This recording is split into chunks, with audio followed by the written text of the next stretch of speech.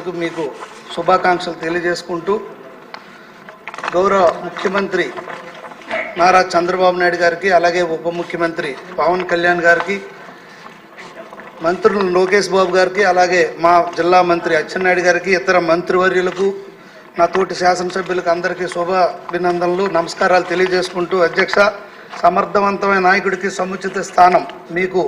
సభాపతిగా NDA తరపున Telugu Desam party తరపున నారా చంద్రబాబు నాయుడు గారు లోకేష్ బాబు గారు ఉత్తరాంధ్ర తరపున అవకాశం కల్పించినందుకు హృదయపూర్వక ధన్యవాదాలు నమస్కారాలు తెలియజేసుకుంటూ అలాగే తెలుగుదేశం పార్టీ పాలిట్ బ్యూరో నిర్ణయం మేరకు 40% యువతకి అవకాశం ఇచ్చిన సందర్భంలో దాదాపు 175 మందిలో 88 మంది కొత్త సభ్యులకు అలాగే యువతలో భాగంగా నాకు కూడా అవకాశం కల్పించినందుకు తెలుగుదేశం పార్టీకి అలాగే పార్టీ జాతీయ అధ్యక్షులు నారా చంద్రబాబు నాయుడు గారికి జాతీయ ప్రధాన కార్యదర్శి లోకేష్ అన్న గారికి నా హృదయపూర్వక ధన్యవాదాలు నమస్కారాలు నా నియోజకవర్గ ప్రజల తరపున నా తరపున తెలియజేసుకుంటూ అలాగే జిల్లాలో స్వాతంత్రం వచ్చిన తర్వాత ఎప్పుడూ లేని విధంగా 52,521 ఓట్ల మెజారిటీతో నన్ను గెలిపించిన శ్రీకాకుళం నియోజకవర్గ ప్రజలకు కూడా హృదయపూర్వక ధన్యవాదాలు నమస్కారాలు తెలియజేసుకుంటూ అధ్యక్ష నాకు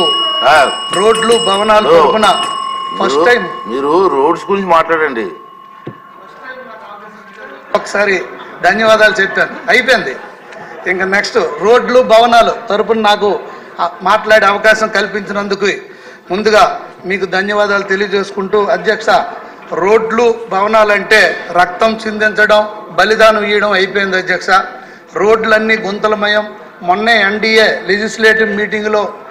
ముఖ్యమంత్రి వర్యులు చెప్పడం జరిగింది రోడ్లన్నీ గుంతలు పూడ్చాలి యుద్ధ ప్రాతిపదికన మనం రాష్ట్రం మొత్తం మీద రోడ్లన్నీ గుంతలు ముందుగా పూడ్చాలనేది నా యొక్క అభ్యర్థన దానికి మంత్రివర్యులు చర్యలు తీసుకున్న చర్యలను వివరించగలరని కోరుకుంటూ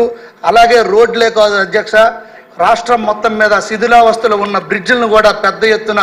రిపేర్స్ అండ్ రిహాబిలిటేషన్స్ మనం చేయాల్సిన పరిస్థితి ఉంది ఎక్కడ ఏ రోజు ఏ బ్రిడ్జిలు పడిపోతాయో తెలియని పరిస్థితిలో ఉంది అధ్యక్ష మన శ్రీకాకుళంలో కూడా 4 నెలల కిందట ఒక బ్రిడ్జ్ పడిపోయిన పరిస్థితి అధ్యక్ష అలాగే ఏదైతే ఇప్పుడు అప్పటి ముఖ్యమంత్రి వర్యులు 14-19లో ముందు చూపుతో మన నాయకుడు ఎన్డీబీ బ్యాంక్ ద్వారా బ్రిక్స్ కంట్రీస్ వారి ఎన్డీబీ బ్యాంక్ ద్వారా ఎన్డీబీ ప్రాజెక్ట్ని 6,200 కోట్లతో జిల్లా హెడ్ క్వార్టర్ టు మండల హెడ్ క్వార్టర్ అలాగే మండల హెడ్ క్వార్టర్ టు ఎగ్జిస్టింగ్ మండల హెడ్ క్వార్టర్ని సింగిల్ లేన్ని డబుల్ లేనింగ్ చేస్తూ రాష్ట్రం మొత్తంలో ఎటువంటి రాజకీయ ప్రమేయం లేకుండా 6 ప్యాకేజీలుగా విడగొట్టి అప్పుడు దానికి డిపిఆర్ల కోసం టెండర్ పిలవడం జరిగింది అధ్యక్ష దురదృష్టవశాత్తు 2019లో ఈ దుర్మార్గ ప్రభుత్వం వచ్చిన తరువాత దాన్ని పొలిటికల్ ఇంటర్ఫరెన్స్ చేసి మొత్తం దొంగలో తొక్కి ఫేజ్డ్ మ్యాన్గా ముక్కలుగా దాన్ని నరికి ఈరోజు 30% ఫండ్ రాష్ట్ర ప్రభుత్వం నుండి ఇవ్వకుండా అది కాంట్రాక్టర్లకి టెండర్లు పిలిచి మధ్యలో ఆగిపోయి ఉంది పరిస్థితి అధ్యక్ష దానిపైన కూడా పూర్తిగా సమగ్రమైన నివేదిక ఇవ్వాల్సిందిగా మంత్రివర్యుల్ని